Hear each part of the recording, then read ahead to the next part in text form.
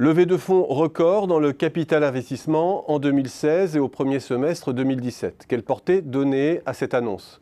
Est-ce le nouveau témoignage de la vitalité entrepreneuriale française, d'une French Tech qui défie la morosité de la crise et promet un renouveau productif pour la France?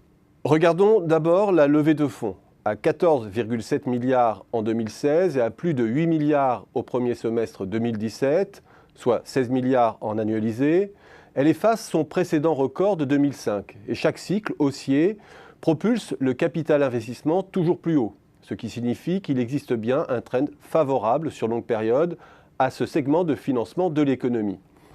Un marché attractif, porté aussi par l'étranger, puisque 45% des fonds levés viennent du reste du monde.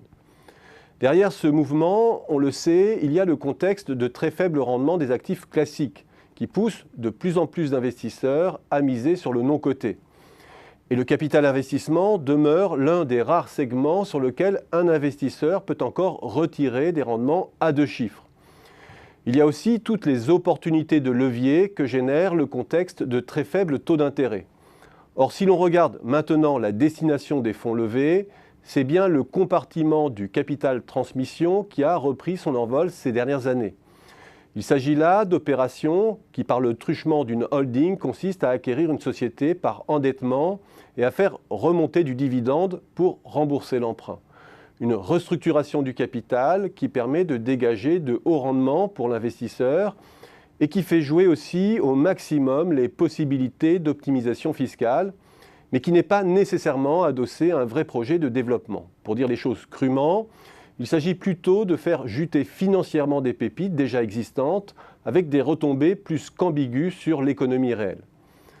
Mais il ne faut pas s'arrêter à ce constat. Si le capital risque au sens strict qui investit dans la création ou le capital développement des startups demeure minoritaire et supplanté par les opérations de transmission moins risquées, il n'en reste pas moins que ces 2 segments ont connu une progression quasi constante depuis 2005, avec un niveau de financement qui a plus que triplé depuis cette date. Autre constat encourageant, si 45% des fonds sont levés auprès d'investisseurs étrangers, 71% des fonds investis ciblent des entreprises résidentes. Alors certes, il s'agit de données centrées sur les acteurs français du capital investissement, dont la vocation est de privilégier les investissements de proximité. Les données plus globales au plan européen nous livrent 2 informations utiles de ce point de vue. 1. 24,1% des fonds levés par l'industrie européenne du capital investissement étaient d'origine française en 2016. C'est beaucoup. Mais 2. Dans le même temps, 34% des investissements étaient centrés sur la France et le Benelux, ce qui fait de cette zone la principale destination du capital investissement, loin devant le Royaume-Uni ou l'Allemagne. Seconde industrie européenne du capital investissement, derrière le Royaume-Uni, l'écosystème France-Benelux constitue, si l'on s'abstrait de la nationalité des acteurs du capital investissement, le vrai pôle de levée de fonds et d'investissement au plan européen. C'est le résultat bien tangible de la mise en place d'un double paradis fiscal, ciblé sur les startups tech, côté français, avec le crédit impôt recherche notamment, et favorable au holding et au capital côté Benelux.